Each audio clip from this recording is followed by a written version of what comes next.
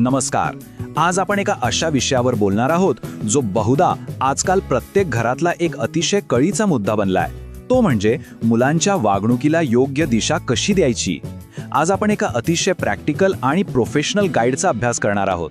हे गाईड दिसायला एखाद्या छानशा स्टोरी बुक सारखं वाटेल, पण प्रत्यक्षात ते आधुनिक घर कसं चालवायचं याचं एक अतिशय शिस्तबद्ध मॅन्युअलच आहे. चला तर मग सुरू करूया. पहिली गोष्ट, आधुनिक पालकत्वाची आव्हानं आणि आजच्या घरातील गोंधळ. आता हे वाक्य ऐका. एकदा सांगितलं तरी ही मुलं ऐकतच नाहीत. खरं सांगा, हे तुमच्याही घरात कधीतरी ऐकायला मिळतच ना? आजकालची सगळ्यात मोठी अडचण हीच आहे. मुलं सतत वाद घालतात, उलट बोलतात. आणि हे फक्त एका घरातलं चित्र नाहीये, तर ही अगदी घरोघरी मातीच्या चुली अशी अवस्था आहे. पण या प्रोफेशनल मॅन्युअलनुसार जर आपण काही ठोस आणि प्रभावी तंत्र वापरली तर या परिस्थितीत नक्कीच बदल घडवता येतो. इथे बघू कदाचित असं चालत नाही, तर प्रत्यक्ष रिझल्ट देणारी टेक्निक वापरणं गरजेचं असतं. आता वळूया पुढच्या महत्त्वाच्या टप्प्याकडे, सर्वोच्च अधिकार प्रस्थापित करणं म्हणजेच अथॉरिटी. इथे एक गोष्ट अगदी स्पष्टपणे समजून घ्या. मुलं तुमच्या शब्दाला तेव्हाच किंमत देतात जेव्हा त्यांना पक्क माहीत असतं की घरातला सर्वोच्च अधिकार हा तुमचा म्हणजेच पालकांचा आहे. घरातले निर्णय कोणी घ्यायचे? तुम्ही. आणि एकदा घेतलेला निर्णय बदलायचा नाहीये. यातली सगळ्यात महत्त्वाची अट म्हणजे आई आणि बाबा या दोघांचंही एकमेकांशी एकमत असायला हवं. मुलांसमोर एकमेकांशी कधीच मतभेद दाखवू नका. मुलांना हे अगदी स्पष्ट असायला हवं की पालकांचा निर्णय हा फायनल आहे आणि तो कोणत्याही हट्टाने बदलणार नाहीये. अधिकार तर प्रस्थापित झाला, पण आता हा अधिकार आणि तुमचे नियम मुलांपर्यंत योग्य पद्धतीने कसे पोचवायचे, हे संवादातून कसं साध्य करायचं ते पाहूया. तुम्हाला माहितीये का, आपण मुलांशी कसं बोलतो यात शब्दांपेक्षा आपली देहबोली म्हणजे बॉडी लँग्वेज जास्त महत्त्वाची असते. आज्ञा देताना तुमचा आवाज अगदी स्पष्ट आणि ठाम असला पाहिजे. उगाच कुजबुजण्यात किंवा रागाने ओरडण्यात काही अर्थ नसतो. थेट मुलांच्या डोळ्यात डोळे घालून बोला. शरीर अगदी ताठ ठेवा. हवे तर हात छातीसमोर बांधून किंवा कमरेवर ठेवून बोला. हे एक अतिशय प्रभावी तंत्र आहे.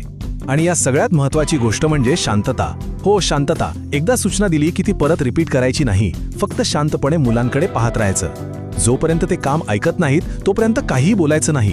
तुमची ही शांतताच त्यांना कृती करायला भाग पाडेल. आणि या संवादातलं आणखी एक ब्रह्मास्त्र म्हणजे नो डिस्कशन किंवा चर्चा नाही हा नियम. एकदा का तुम्ही निर्णय सांगितला की विषय संपला.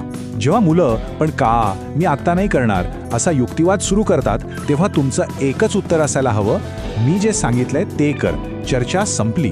हे असं स्पष्ट बोलल्यामुळे मुलांच्या का आणि पणच्या चक्राला तिथेच कायमचा ब्रेक लागतो.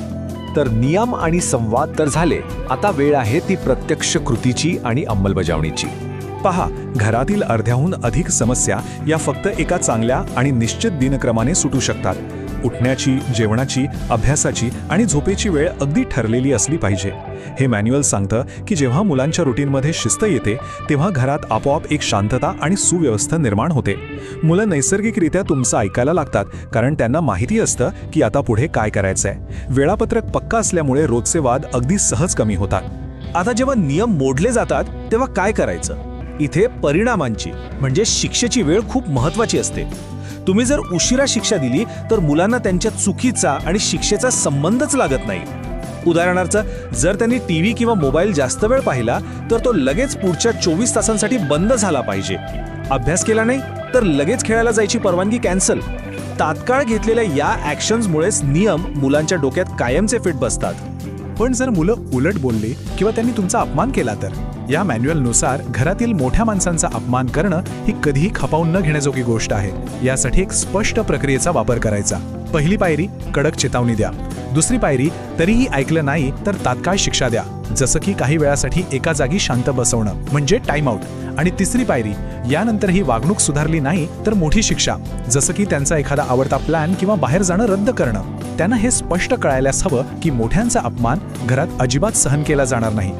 आता वळूया एका अतिशय सुंदर आणि महत्त्वाच्या भागाकडे, तो म्हणजे बक्षीस आणि भावनिक जोड यातील समतोल.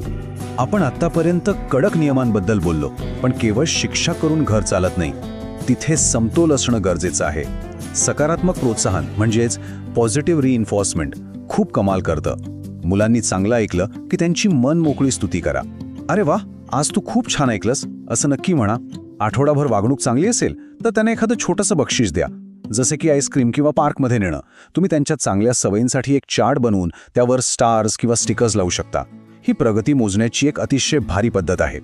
आणि दिवसाच्या नियोजनात समतोल कसा असावा हे इथून अगदी स्पष्ट होतंय. यात 3 महत्त्वाचे भाग आहेत. पहिला म्हणजे स्क्रीन टाईम, जो दिवसाला फक्त 1 तास किंवा त्यापेक्षा कमीच असावा. दुसरा भाग आहे शारीरिक खेळ. मुलांची एनर्जी बाहेर पडण्यासाठी रोज किमान 1 तास मैदानी खेळ अनिवार्यच आहेत. आणि तिसरा सगळ्यात महत्त्वाचा भाग म्हणजे तुमचा मुलांसोबतचा क्वालिटी टाईम.